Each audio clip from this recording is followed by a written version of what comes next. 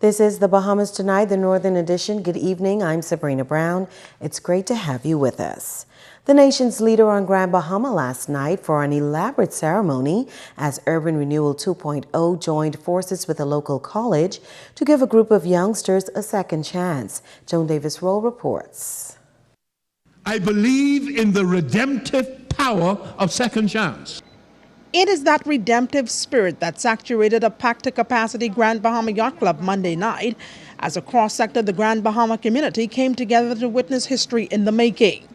During a televised ceremony, two entities, Urban Renewal 2.0 and Tarif College, launched a partnership to give 20 young people, 18 males and 2 females, a second chance, an opportunity to attain a high school diploma.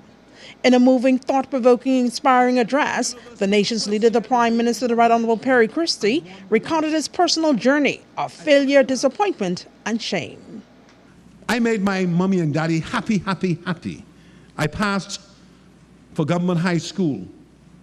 Students all over the Bahamas had to take an exam, and those who excelled were admitted to the school. After 2 years in the school, I was put out. 14 years of age. And the judgment was I could not learn.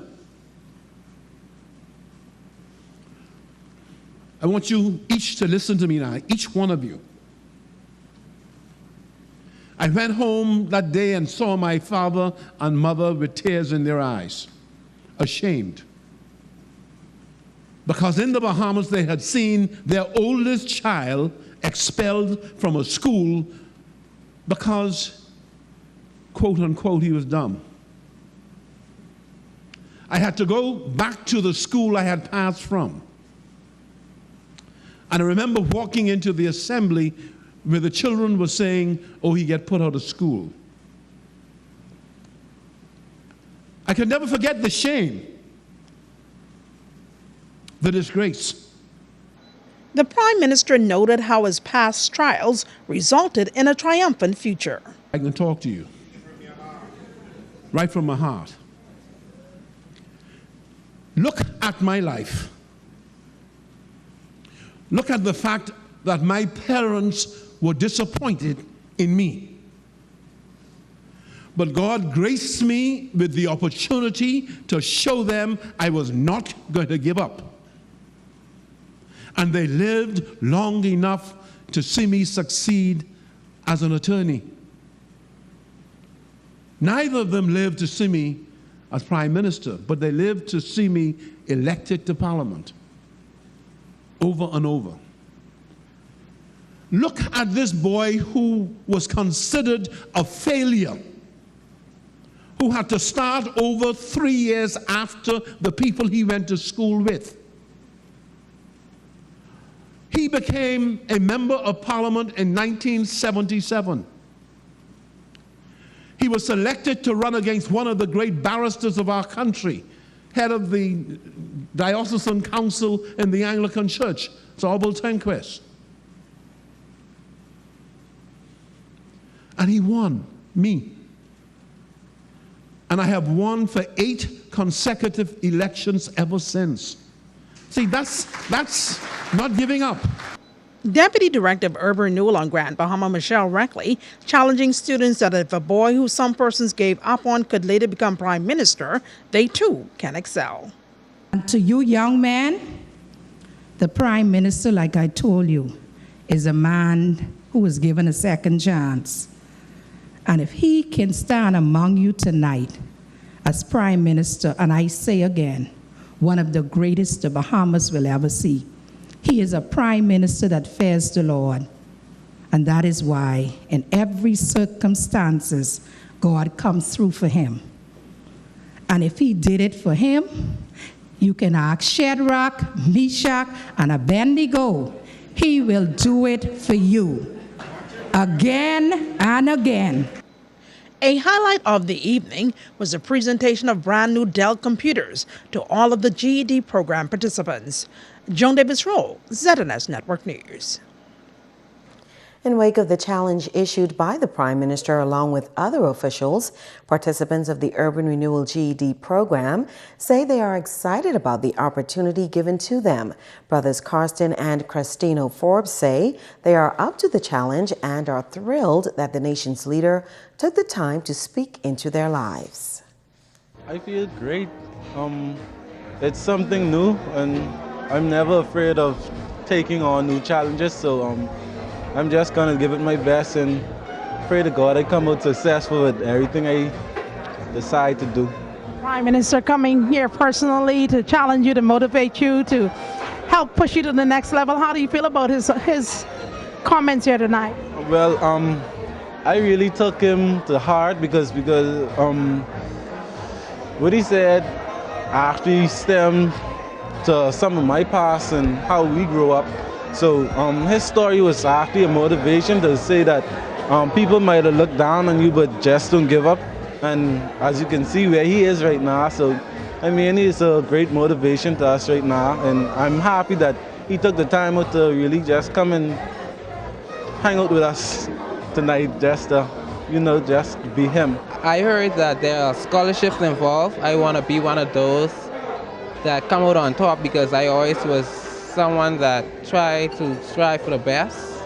So I want to come out on top and I want to get one of the scholarships. And I also want my parents and the other honorees to do well also, because to show them, especially the young men, to show that the stereotype that they have us labeled as, it ain't so. We could do better than we are doing it now. And we wish them all the best. The Grand Bahama Power Company is coming under fire yet again, this time by the Coalition for Concerned Citizens. The attack centers around the high cost of electricity bills that continues to have a negative impact on businesses and residents alike. The organization is launching a campaign dubbed Lower the Cost of Power. Shashina Roll has a report.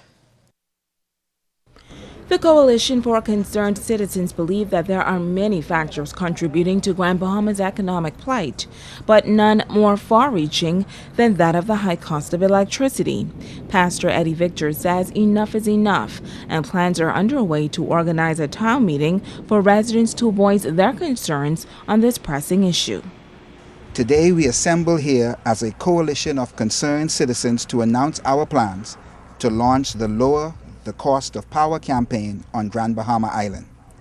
For far too long, citizens and businesses on Grand Bahama have been subjected to what can only be termed as unfair electricity rates. The high cost of electricity on Grand Bahama has clearly driven up the cost of living for citizens and has driven businesses out of the island and the Bahamas. The coalition held a press conference on the grounds of the former Fenestration Glass Company. Operators there say they were forced to shut down the business due to the high cost of electricity. Victor says business owners aren't the only ones suffering. Scores of businesses have closed. Many people are living without power. Most citizens are fighting to pay high electricity rates. After years of this island going through the wilderness of economic struggles, we believe that the time has come to say enough is enough.